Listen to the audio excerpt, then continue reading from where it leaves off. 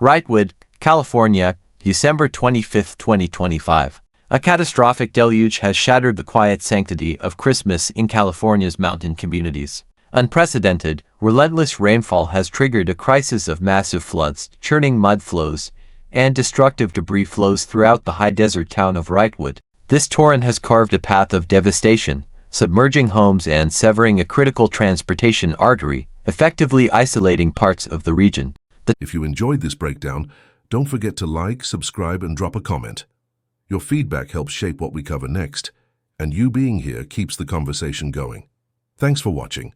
See you in the next one. The terrifying scale of this disaster has forced local authorities to issue immediate shelter-in-place advisories and sweeping evacuations, underscoring a swift and urgent threat to public safety and the lives of the residents. This is not simply a Christmas storm, it is a compounded tragedy, with a deadly weather system exploiting the terrain scarred by a previous year's wildfire. The crisis ignited dramatically on Christmas Eve, December 24th, as a persistent storm system delivered intense, long-lasting rainfall. The sheer volume of water rapidly overwhelmed the community, unleashing torrents of mud and rock down the San Gabriel mountainside. The danger, emergency analysts confirm, was profoundly amplified by a chilling factor: the lasting scars of the 2024 bridge fire. That massive wildfire had stripped the mountain terrain bare, leaving it desperately vulnerable to catastrophic landslides. When the deluge arrived, the lack of vegetation allowed the soil to be washed away, transforming what might have been manageable flooding into destructive debris flows. The immediate result was infrastructural collapse. Multiple major roads were rendered impassable. Most critically, a significant section of the vital Highway 2 has been physically severed, an act of nature that has not only trapped residents but critically hampered the initial, life-saving emergency response. Helicopters are now the primary means of reaching the most isolated communities. Longtime residents, many watching their community disappear under the mudline, have expressed profound, raw anxiety over the fate of their homes. Multiple devastating reports now confirm that houses have been partially or fully submerged by the floodwaters. One resident, Janice Quick, a member of the local community engagement team, stated, "We've seen rain before, but never like this. It's a continuous roar. The fear is real, especially for the families who have already lost so much in the fire."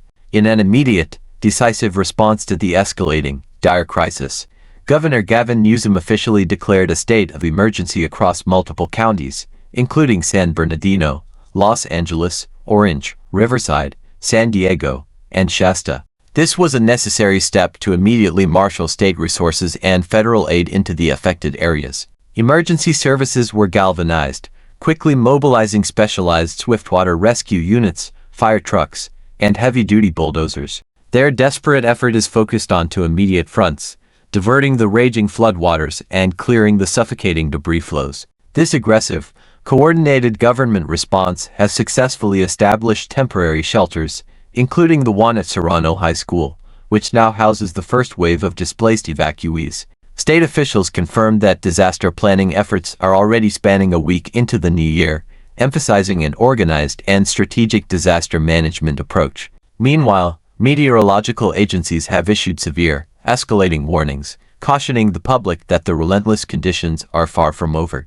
The National Weather Service has alerted communities to the prospect of dangerously high winds, with gusts predicted between 40 and 50 miles per hour, the very real potential for isolated tornadoes, and the certainty of further heavy rainfall and catastrophic mudslides.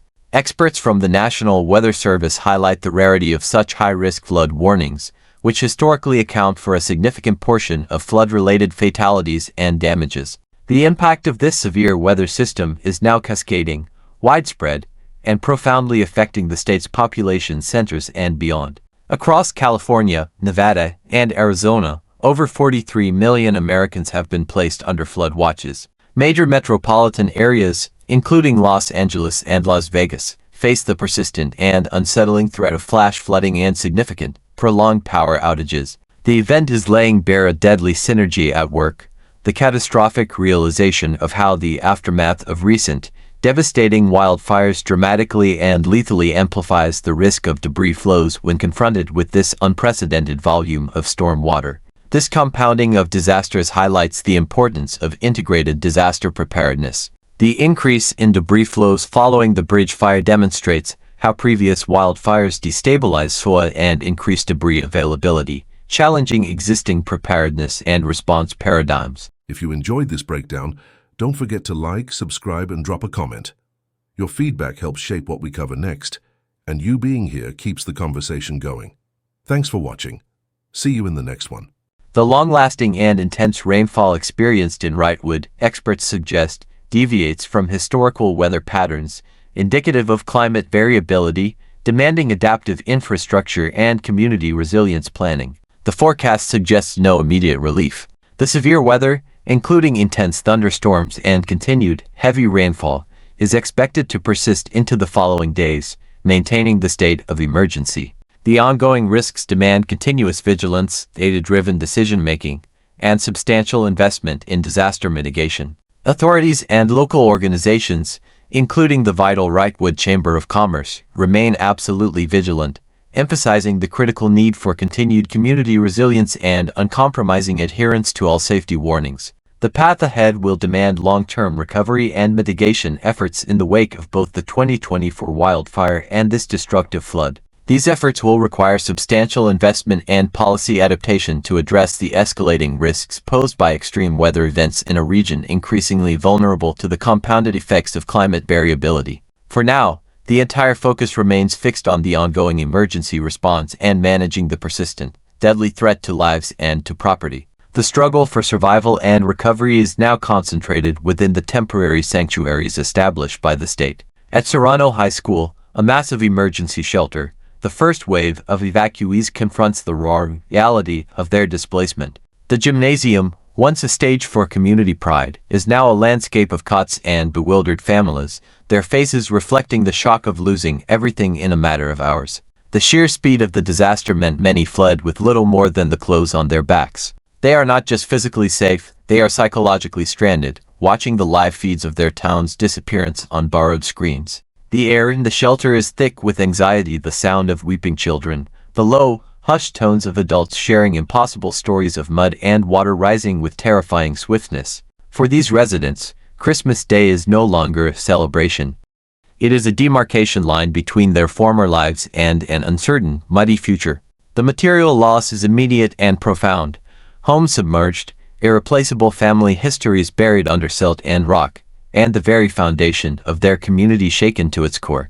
The emergency response itself is a battle against the elements and the clock. In the canyons above Wrightwood, the tireless crews of the Swiftwater rescue units face a landscape fundamentally altered by the bridge fire. The unburned earth, even steep slopes, would typically absorb a percentage of this rainfall. The fire-scarred slopes, however, act like a vast, scorched sheet of glass. The rain runs off instantaneously, picking up speed, volume, and the enormous inventory of loose rock and ash the fire left behind. This is the deadly synergy that disaster analysts warned about, now tragically realized. An emergency analyst, speaking under the cover of a National Guard tent near the severed Highway 2, confirmed the unprecedented challenge. The debris flow velocity is not what we've modeled before, the analyst stated. The bridge fire didn't just burn the trees, it cooked the soil, making it hydrophobic. What we are seeing is a hydrologic nightmare. The mountainside is rejecting the water, converting a severe rainstorm into an apocalyptic landslide event. The isolation caused by the severance of Highway 2 forces the emergency focus to remain almost entirely dependent on air support, a costly and time-sensitive resource that limits the volume of aid and personnel that can be deployed at any given time. The meteorological warnings issued by the National Weather Service underscore the immediate danger of what one expert described as a prolonged, relentless assault. The high-risk flood warnings currently in effect are statistically significant. They are a red flag for extreme peril. Historically, these warnings are associated with the vast majority of flood-related fatalities, a grim metric that reinforces the state's decision to declare a state of emergency. The forecast is not merely for more rain, but for a continuing pattern of intense thunderstorms and wind gusts up to 50 miles per hour, conditions that are not just conducive to, but guaranteed to produce, further catastrophic mudslides. The threat of isolated tornadoes, a rare but real possibility in such volatile storm systems, adds another layer of life-threatening complexity to the unfolding crisis. It is a forecast that demands not preparation, but immediate and complete evacuation from all identified danger zones. This event is more than a local disaster. It is a glaring illustration of an accelerating environmental trend. The long-lasting, intense rainfall in a region historically prone to drought deviates sharply from established weather patterns. Climate scientists and hydrologists are increasingly pointing to this erratic and extreme behavior as a clear manifestation of climate variability, a world where the manageable 1-in-50-year storm is now an annual, or even more frequent, threat. The catastrophic consequences are cascading across the entire Southwest. The initial storm, centered over Wrightwood, is part of a larger, severe weather system that has placed a staggering 43 million Americans under flood watches across California, Nevada, and Arizona. Even the major metropolitan areas, including the population centers of Los Angeles and the arid landscape of Las Vegas, face the unsettling, persistent threat of flash flooding and the significant economic disruption of prolonged power outages. The system is laying bare the interconnected vulnerability of the entire regional infrastructure. The structural weakness exposed by the 2024 bridge fire serves as a stark background to this current calamity. That wildfire stripped away not only the protective canopy of the trees but the complex root systems that held the mountain soil in place. The resulting landscape, a fragile moonscape of ash and loose rock, became a primed weapon for the arriving storm. Every drop of the relentless December rain hammered an already wounded earth, generating the unprecedented debris flows that overwhelmed the flood control channels and sent a wall of mud and rock through the streets of Wrightwood. This compounding of disasters where the consequences of the wildfire directly and catastrophically amplify the danger of the subsequent flood challenges every existing preparedness and response paradigm. It is a deadly lesson in environmental feedback loops, one disaster sowing the seeds for the next, more severe one. The path forward for the region is a demanding one, necessitating long-term recovery and mitigation efforts that must span years, not weeks. The ongoing state of emergency demands continuous vigilance from authorities, but the focus is already shifting to the immense policy and investment challenges ahead. The need for adaptive infrastructure and community resilience planning is no longer academic. It is a life-or-death necessity. Policymakers must now consider substantial investment in disaster mitigation, including re-engineering flood channels, stabilizing fire-scarred slopes, and adapting critical transportation arteries like Highway 2 to withstand the escalating risks posed by extreme weather events. The Wrightwood Chamber of Commerce, now functioning as a hub for local aid coordination, continues to emphasize the critical need for community resilience and uncompromising adherence to all safety warnings. The severe weather, including intense thunderstorms and continued heavy rainfall, is expected to persist into the following days, maintaining the operational state of emergency. For now, the entire focus remains fixed on the immediate, life-saving emergency response, a desperate effort to manage the persistent, deadly threat to lives and to property that has shattered Christmas in this California mountain town.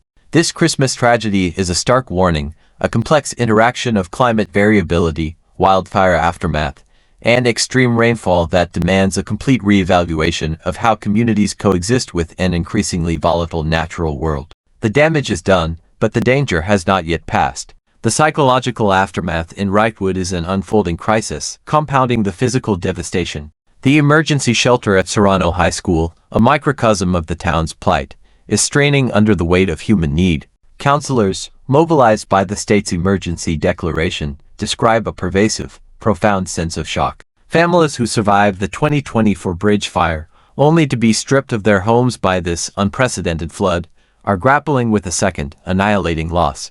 This is the definition of disaster fatigue, a deep-seated trauma that will extend far beyond the clearing of the last mudslide. The material possessions lost are calculable, but the cost to community cohesion and mental health remains inestimable. Local clergy, working alongside the Red Cross, are providing comfort in hushed, dimly lit corners of the gymnasium, their mission one of simple, desperate human connection amid the chaos. The conversations there are not about insurance claims, but about the terrifying sound of water battering a foundation and the split-second decision to abandon a life's worth of memories. The immediate rescue operation, meanwhile, remains an extraordinary feat of logistics and raw courage. With the terrestrial access choked by mud and the vital Highway 2 completely non-functional, its asphalt peeled back like a ribbon, air support is the lifeline. National Guard Chinook helicopters are executing high-risk, low-altitude supply drops, ferrying essential medical supplies, food, and specialized rescue teams into the most cut-off pockets of the San Gabriel Mountains. This air bridge is a complex, dangerous endeavor, complicated by the very weather system that caused the disaster. Pilot visibility is erratic, shifting from fog to torrential rain in minutes. Every flight is a wager against the wind gusts, which the National Weather Service confirms are nearing 50 miles per hour in the mountain passes. The lead officer for the National Guard's Joint Task Force, speaking on condition of anonymity due to the ongoing operation, confirmed the precarious nature of the mission. "We are operating in a no-fail zone," the officer stated. "There are isolated people in areas we can only reach by hoist. The clock is not just ticking against the weather. It is ticking against survivability in pockets where infrastructure is gone and the ground is moving. The problem is no longer just water, it is geology weaponized by fire."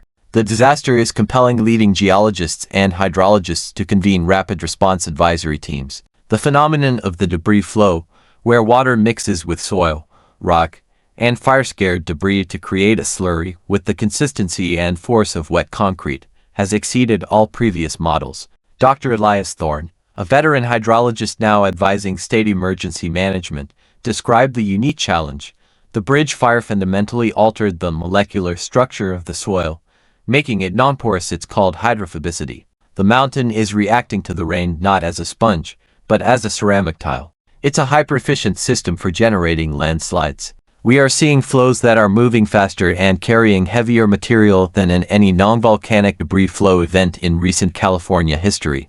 The existing flood mitigation channels, engineered for decades-old weather patterns, simply did not stand a chance against this unprecedented velocity and volume. His assessment is stark. The region's infrastructure is built for a climate that no longer exists. The current forecast from the National Weather Service is a drumbeat of continuing urgency. Intense thunderstorms and heavy rainfall are predicted to continue throughout the following days, maintaining the persistent threat of further catastrophic mudslides and the rare but real risk of isolated tornadoes. The operational state of emergency will not be lifted until this threat has completely passed, and for now, the desperate battle to save lives and property remains the sole focus. The Christmas tragedy in Wrightwood is a complex, terrifying chapter in the narrative of a changing climate, a grim warning that the compounding of disasters, the aftermath of wildfire meeting unprecedented rain, is the new paradigm for the American West. The devastation is total, and the danger remains imminent. The region is holding its breath,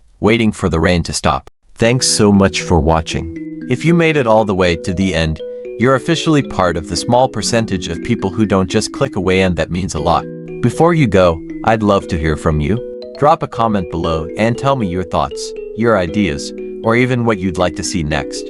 I read every single one of them, and your feedback genuinely shapes the direction of this channel. If you enjoyed the video, tap that like button. It tells YouTube this content is worth sharing. And if you haven't already, hit subscribe and turn on notifications so you don't miss the next upload. We've got more exciting videos coming, and trust me, you'll want to be here for them. This channel is just getting started, and your support helps it grow faster than you realize. Thank you again for spending a part of your day here with me. Stay curious, stay motivated, and as always, take care of yourself. Until next time, I'll see you in the next video.